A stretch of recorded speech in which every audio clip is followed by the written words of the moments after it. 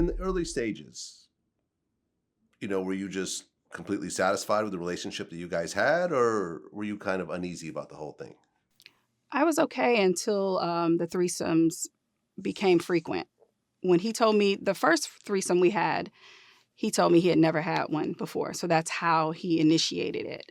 And I agreed to it because I felt like he was who he is, a star. And if he never had a threesome, I felt like that I could do that for him.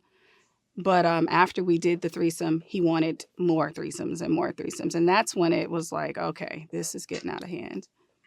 Okay. And you were not bisexual really at all? No. Okay, you were just doing it to please I him. mean, I can appreciate a beautiful woman, but no, I don't crave for women, Yeah, well, a lot of times women will have threesomes for the Right. man, to please the man. That's a very, very common thing. Um, okay. And the first threesome you had, was it with an underage girl? No, it wasn't. Okay, so it was an older woman, Not older. She was more but my age, probably your about age. 17, 18. So she wasn't underage. Okay. At what point would was the threesome with the underage girl actually happening? Um, I don't know exactly the point, but I know it actually happened at his home. And uh, it happened at his home, and I was 17 years old. So it wasn't in the very beginning, but it wasn't too long after the first threesome. Okay, now how'd you know the girl was underage? He told me she was his 16-year-old neighbor, but I found out 2 years later that she was actually 14 at the time. Wow. Okay. And he was actually filming these threesomes. Yes. Pretty much every threesome he filmed. Okay, because I remember I saw an interview with the reporter that was basically following him the whole time, Yeah. the one that he mentioned in the song, and he was talking about, I guess, the wood room is how you guys described it, Colorado room. Colorado room, and what he was saying was that there's actually cameras built into the walls.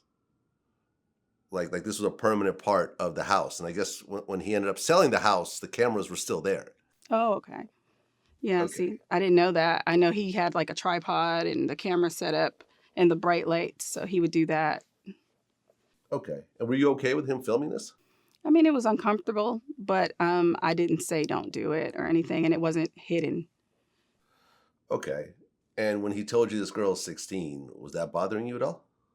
Not because I no, because I was 17. So I felt like he said something. He told me something that he knew would be okay because I actually had a homegirl from Chicago that was 16 years old. So, and he knew about her. She would come to the studio. So Okay. And I guess he kept this bag of videotapes like everywhere he went. yes, he did. He took it everywhere, to the gym, back to the studio, on the tour bus. Yeah. How many tapes was it? If you were to just guess. I don't know. It was a lot though. I mean, think about a Nike big old duffel bag that guys usually take to work out or to the gym. One of those stuffed with VHS tapes. Stuffed with Yes. VHS. Well, you're not even talking They're about tall. VHS, you're They're talking about long. mini DVD. Yeah, No, they we're were talking about VHS. oh, the full VHS. Yeah. Oh, so he was transferring them to But it actual. stuffed the bag Oh, with so he them. could. Oh, so he could watch him on his TV. Right. This He this was is this putting is them in the before. VCR and he'd take them out of that big camcorder and put them in the VCR.